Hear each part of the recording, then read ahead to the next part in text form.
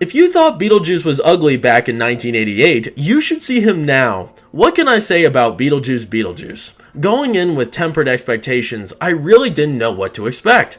Underwhelmed by the recent sludge of uninspiring box office disasters, I had a feeling that this film would unfortunately follow suit. Is this film going to be another peacock amongst the flock? In other words, a host of beautifully vibrant images with minuscule substance to drive a compelling story?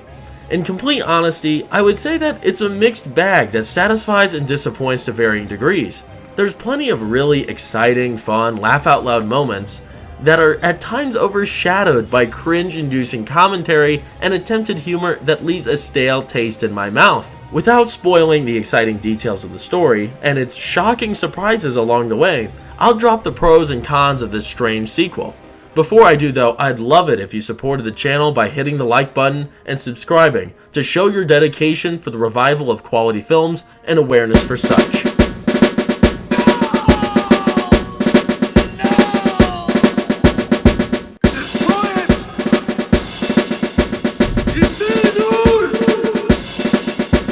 Well, that's a step in the right direction. BeetleJuice BeetleJuice takes place 36 years after the first film in the same ugly old house that we were introduced to the main cast in back in the late 80s, but for some reason this time, Alec Baldwin is missing. I wonder why. Lydia Deetz, played by the enchanting Winona Ryder, is the host of her very own ghost hunting TV series Ghost House, with the assistance of her incredibly annoying boyfriend Rory. During one of her shows, as she's setting the scene for her audience to enjoy her special story, she horrifyingly spots Beetlejuice in the crowd. Freaked as heck, she storms off stage and receives the pitiful sympathies from her insecure ragdoll boy toy. Not long after this, she learns from her mother that her dad, that literally all of us forgot about from the first movie, has died tragically. We see him not long after in the lobby of the afterlife, and boy, I don't know what happened to this poor dude. His post-death corpse is probably the ugliest, most horrifying creation in the whole movie. Now, I don't think it's a spoiler to say that it's him. When you see it in the movie though, you see it so many times over. I feel like we get just about as much of his corpse as we do Beetlejuice in the whole thing. It's super weird that they went for this. But anyways, upset by the news, Lydia visits her daughter Astrid, played by everyone's favorite young actress, Jenna Ortega. If you know her as Wednesday Addams, then you will not be surprised when she acts exactly like her in this movie. Except she's not nearly as evil, and yeah, she cares. She cares about people just a little bit more than before. She is, however, completely uninterested, disgusted, and doubtful of her mother's abilities to communicate with and see dead people. Astrid also carries the pain of her father's passing, which came during his trip to South America that saw the end of his efforts to save the planet. All of this has led to a rocky relationship between her mother and herself, which doesn't seem possible to heal when Lydia continues to make decisions that go against the judgment of Astrid's recommendation. One decision of which was to marry her ridiculously thirsty boyfriend Rory, who made the incredible decision to propose to her at her father's funeral in front of a crying crowd of family and friends. This was a tipping point for Astrid, which sent her away to find solace elsewhere, inevitably spiking a tragic misdirection. With very little time to waste, Lydia desperately calls out to BeetleJuice in order to secure his assistance for rescuing her estranged daughter from an internal death.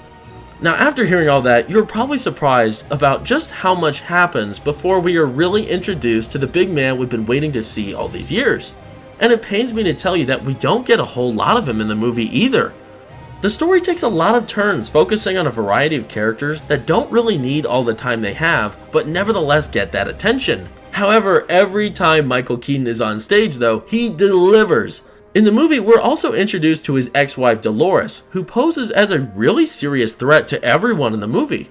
She has the ability to suck people's souls out of their body, which can officially end them, even though they're dead. It is with this introduction of her character that is pretty weird though, and I couldn't tell if they were trying to make some sort of satanic ritual spoof from their marriage, but that is something that could be perceived as a warning for viewers. Now, touching on some intriguing aspects of the film you will certainly enjoy, we should start with the score and music. The score and the music were amazing. If you're a fan of Danny Elfman, he's done like older Tony Burton stuff. He's also done, of course, the Sam Raimi Spider-Man trilogy, the best Spider-Man trilogy of all of them, obviously. He absolutely delivers in this. You just get a hint of it in the very introduction, and you're immediately swept into this world. It's so phenomenal. It's beautiful. It takes you through this ride perfectly. That was really fun. Just set you up right from the beginning. I was really impressed. Second, we also get a great main cast. Pretty much all the main characters, which are just a few. You get Jenna Ortega, you get Michael Keaton, you get Winona Ryder, and then I'd say those are the three main ones. I also really like the villain played by Monica Bellucci. She was also really good. But those three in particular, man, they excelled at this. I'm a big Jenna Ortega guy. I loved her as Wednesday, and I remember seeing her first in the one of the like the first new modern Scream movie. I remember seeing her in there, and I didn't know who she was before, but I just immediately loved that character. I thought she was great. And then I later learned that was Jenna Ortega, and that was the girl who I liked from Wednesday. So it's just weird. She's just a pretty great actress, and she did a great job in this. But, she plays this snooty character. She's snooty. She's bitter. She's pretty much just like Wednesday was. Definitely more compassion in this, but I don't know. That's just my kind of character, I guess. Michael Keaton, I think he was definitely on par with how he was in the first one. He really brings the heat of this, and he's just as crazy, wacky, weird, and wild. He says some wild stuff that we just don't hear in theaters anymore, so I really missed hearing a lot of that stuff. Just because it's just so comical and odd, and it just catches you off guard. And that's everything he does in this. He's catching you off guard time and time again. And then Winona Ryder, she was also just kind of there wasn't like too many crazy things going on with her, but the shock and awe, you saw the true compassion she has as a mother. She was a good motherly character, and I think she represented and reflected the intensity of a lot of the crazy situations that went on in this film. Because I don't say everything that happens in this movie in this video, because there's so much more than just this. I'm just setting the groundwork for you. But she's caught in this wild ride with Beetlejuice, and it's just so funny seeing her as an older version of what she was back over 30 years ago, which is insane. And she looks great. She looks great in this. There's also a lot of shocking surprises. There's some scenes in this which really just catch you off guard, and I can think of two in particular right now. They're just amazing. They're really funny, shocking, and unexpected. And the very ending is, I believe, the best part of the film. I'm not going to tell you what it is, but the last 4 minutes, it's like everything you would love to see, but of course it's flipped and it's not what it seems to be. Really great ending, which you'll leave the theater thinking about it more, which is what I did. And the practical effects. This movie was just full of practical effects. It's not one of these CGI-infested vomit piles that we just keep getting time and time again. People that like Godzilla Kong, God bless you, but those movies, all these big CGI movies, they're just kind of a joke. And this one kind of takes us back to a time when everything was practical. And that's where I really think we need to start moving forward with a lot of movies. I think everybody's getting tired of all these really heavy CGI movies. But maybe not, because they're still making tons of money in the box office. But yeah, we get a lot of great costumes. The costumes look great in this. The characters, just so many exciting characters, character designs, really, really good stuff. And great color palette too. The whole movie is just very colorful, vibrant, and it creates an atmosphere of the underworld or the afterlife, which seems more like an underworld in this. Also, they didn't screw up Beetlejuice in this. That's another point I want to say. They didn't screw up Beetlejuice. They didn't make him a modern iteration. They didn't cut his balls off. I mean, he was who he was.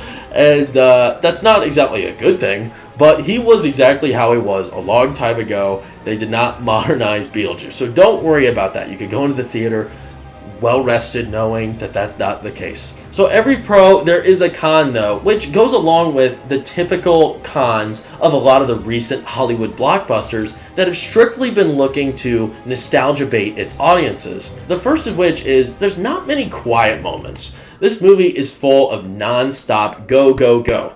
Go, go, go. We don't really get much time to breathe. We don't get much time to fall in love with Jenna Ortega's character or Winona Ryder's character exactly.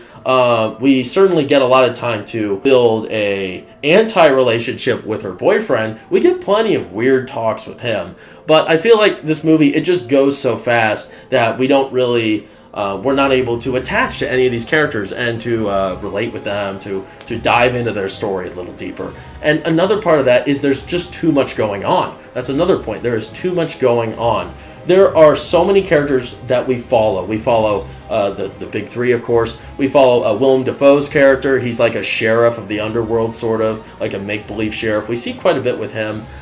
We follow Danny DeVito for a little bit. We follow BeetleJuice's ex-wife, and there's just a ton of them, and they just keep coming, and it distracts us from the main cast. I wish we would have just focused on Winona Ryder, Jenna Ortega, and BeetleJuice. That's really what we needed the most, but there was tons of subplots.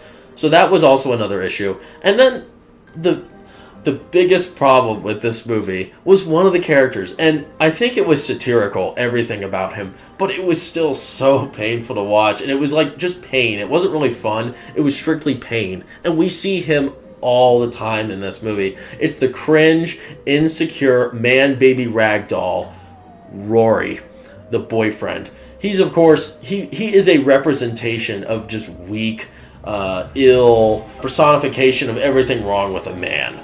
That's what his character is, and it's so painful to watch it on the screen. And I think it's meant to be satirical, but you know, it could be taken as otherwise, and it's just not really funny. And I didn't like seeing that at all. And we get tons of him. We get tons and tons and tons of him.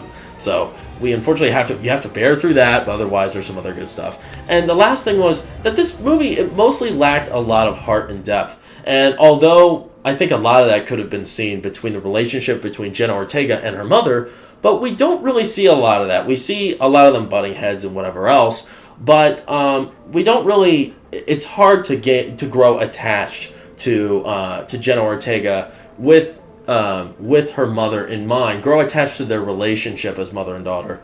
Same goes for Winona Ryder and her mother in this, who has a lot of screen time as well, who I also found to be kind of annoying.